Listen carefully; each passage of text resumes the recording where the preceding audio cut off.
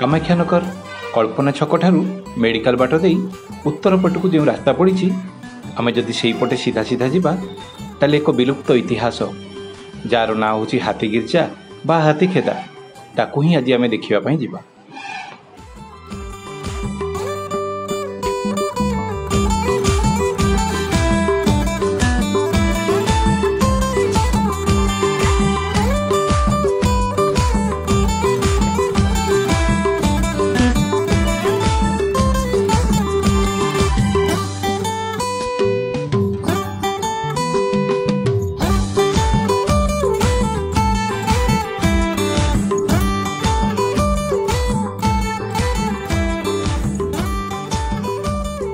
किछि बाट आगु को गलापर ये रेंगाली केनाल टी पड़ो।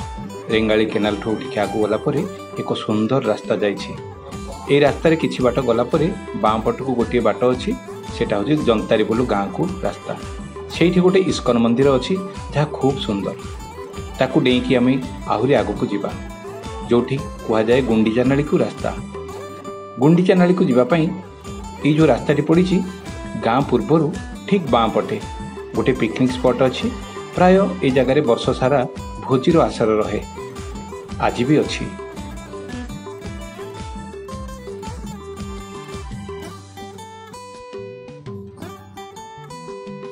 डाहाण पटे प्रभु हनुमान एक बड़ मूर्ति अच्छी एवं बाँ पटे ये भोजीर जगह खूब सुंदर मनोरम दृश्य।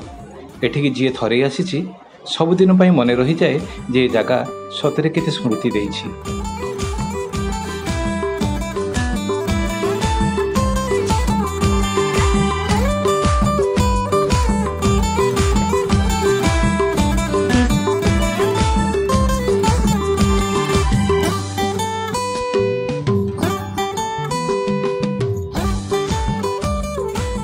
समाज पाठक विचार मंचर मु जड़े सदस्य तेणु आमे समस्ते मिलमिशि आज ये गोटे भोजीर आसर करूँ किंतु मूल उद्देश्य थिला ये भोजीर आसर भितर समय काढ़ी आमे से ऐतिह्य जगह को बुली देखिबू जहाँ को हाथी गिर्जा बा हाथी खेदा बोली कहा जाए।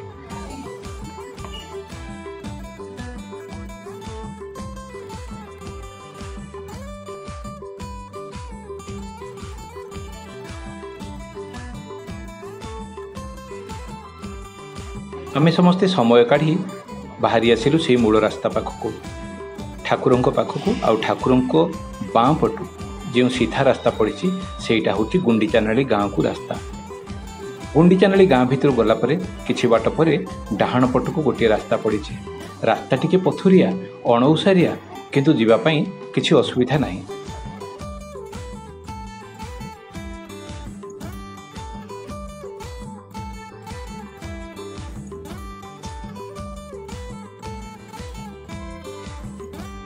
रास्ता तो अनेक आग को पड़ी किंतु आमे समस्ते यही पानी टांकी पाखु बाँ पटकू माड़ी चलू। यही पटे गले रास्ता टिके अणौसारिया पथुरिया किंतु कम बाट तेणु आमे समस्ते निष्पत्ति नेलु यही पटे दे से हाथी खेदा बा हाथी गिर्जा पाखक जीवु।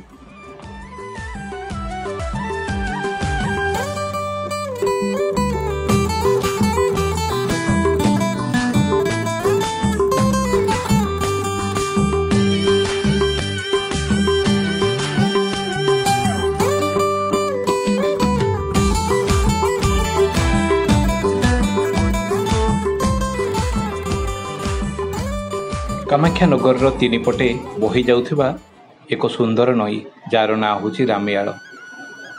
आमे से रामियाल नदी पाखे पहुँची जाइथिलु। रामियाल नदी आरपटू जीवाई सेमिति किछि रास्ता बा ब्रिज रो व्यवस्था नहीं। जेतेबेले पानी एठी अधिका थाए जीवा आसिबा संपूर्ण विच्छेद रही थाए किंतु स्थानीय लोक मानकर किछि साहाय्य सहयोग गोटे छोटिया अणौसारिया काठ पुल तैयारी हुए। आमे तारी उपरे दे जीवाकू चेष्टा कलु। केही केही गाड़ी एपटे रखीदेले आउ केही केही गाड़ी चेष्टा करी सेपटकू नहीं गले। समाज पाठकर विचार मंचर समस्त सभ्य आमे एकाठ होला परे आमे किछि लोक चाली चाली गलु आउ किछि बाइक रे भी जाई पारले।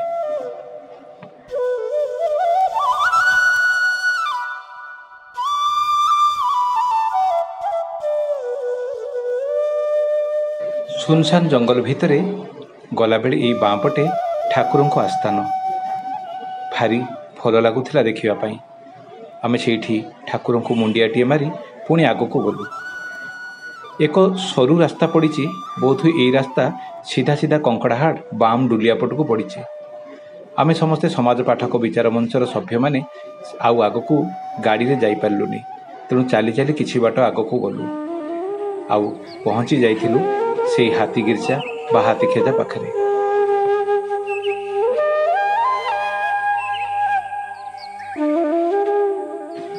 ଭାରି ଭୟଙ୍କର ଏ ଜଙ୍ଗଲ। ସବୁଆଡ଼େ ଖାଁ ଖାଁ।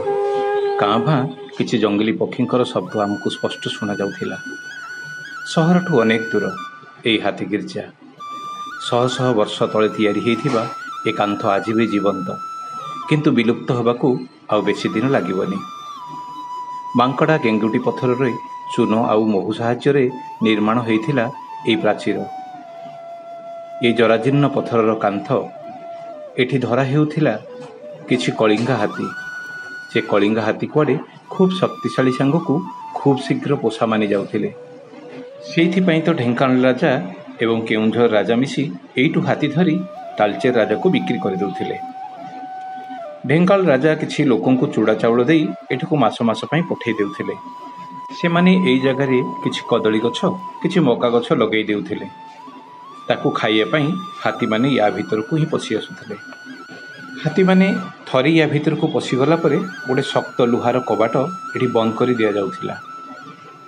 ଖାଇବାକୁ ନ ଦେଇ ସେମାନଙ୍କୁ ଦୁର୍ବଳ କରି ଦିଆଯାଉଥିଲା।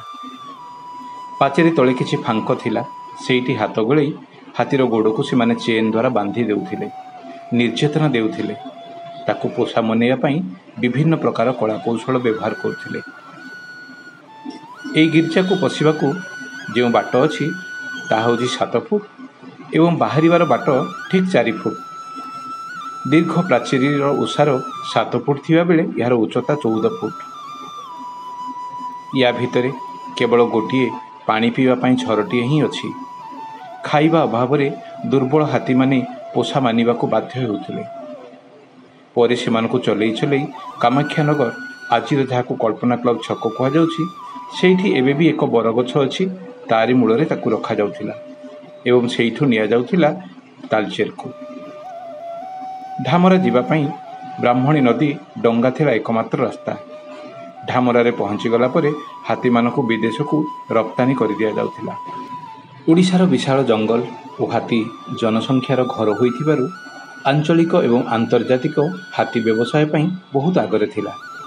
ଢେଙ୍କାନାଳ, କାମାକ୍ଷା, କେଉଁଝର ଅଞ୍ଚଳରେ ଥିବା କଳିଙ୍ଗା ହାତୀ ପାଇଁ ବେଶ୍ ଜଣାଶୁଣା ଥିଲା ସେତେବେଳେ।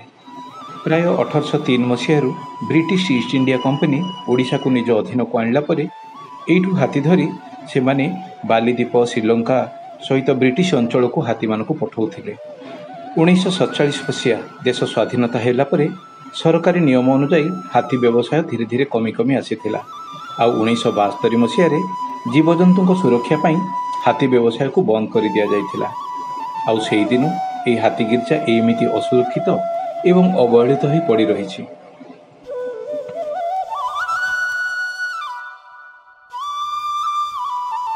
ସମାଜ ପାଠକ ବିଚାର ମଞ୍ଚର ପ୍ରାୟ 50 ଜଣରୁ ଉର୍ଦ୍ଧ୍ୱ ସଭ୍ୟ ଆଜି ଏଠି ଉପସ୍ଥିତ ଥାଇ ଏ ବିଲୁପ୍ତ ଇତିହାସକୁ ଉପଭୋଗ କରି ନିଷ୍ପତ୍ତି ନେଲେ ଯେ ଏହାର ରକ୍ଷଣାବେକ୍ଷଣ ପାଇଁ ଆମେ ସରକାରଙ୍କୁ ନିଶ୍ଚିତ ଜଣାଇବା। ପିଲାଦିନୁ ଶୁଣି ଆସୁଥିବା ହାତୀଖେଦା ବା ହାତୀ ଗିର୍ଜା ଏମିତି ବିଲୁପ୍ତ ନ ହୋଇଯାଉ, ସମସ୍ତଙ୍କ ମନରେ ସେଇ ଉତ୍କଣ୍ଠା ହିଁ ଥିଲା।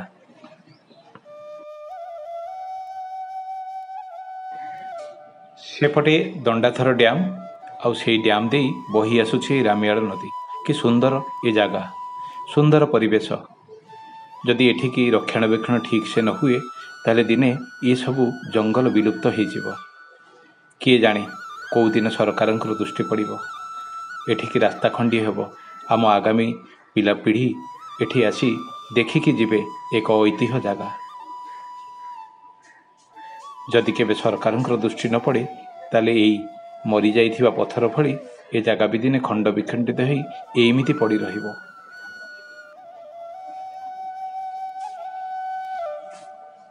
ସମାଜ ପାଠକ ବିଚାର ମଞ୍ଚର ସମସ୍ତ ସଭ୍ୟ ଆମେ ଫେରି ଆସିଥିଲୁ ସେଇ ଭୋଜି ଜାଗାକୁ।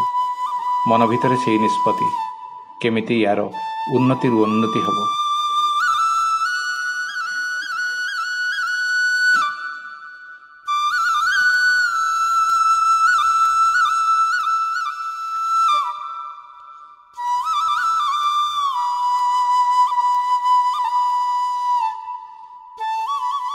ସଞ୍ଜ ନଇଁ ଆସୁଥିଲା, ତେଣୁ ଆମେମାନେ ସମସ୍ତେ ସେ ଜାଗା ଛାଡ଼ି ନିଜ ନିଜ ଘରକୁ ଫେରୁଥିଲୁ।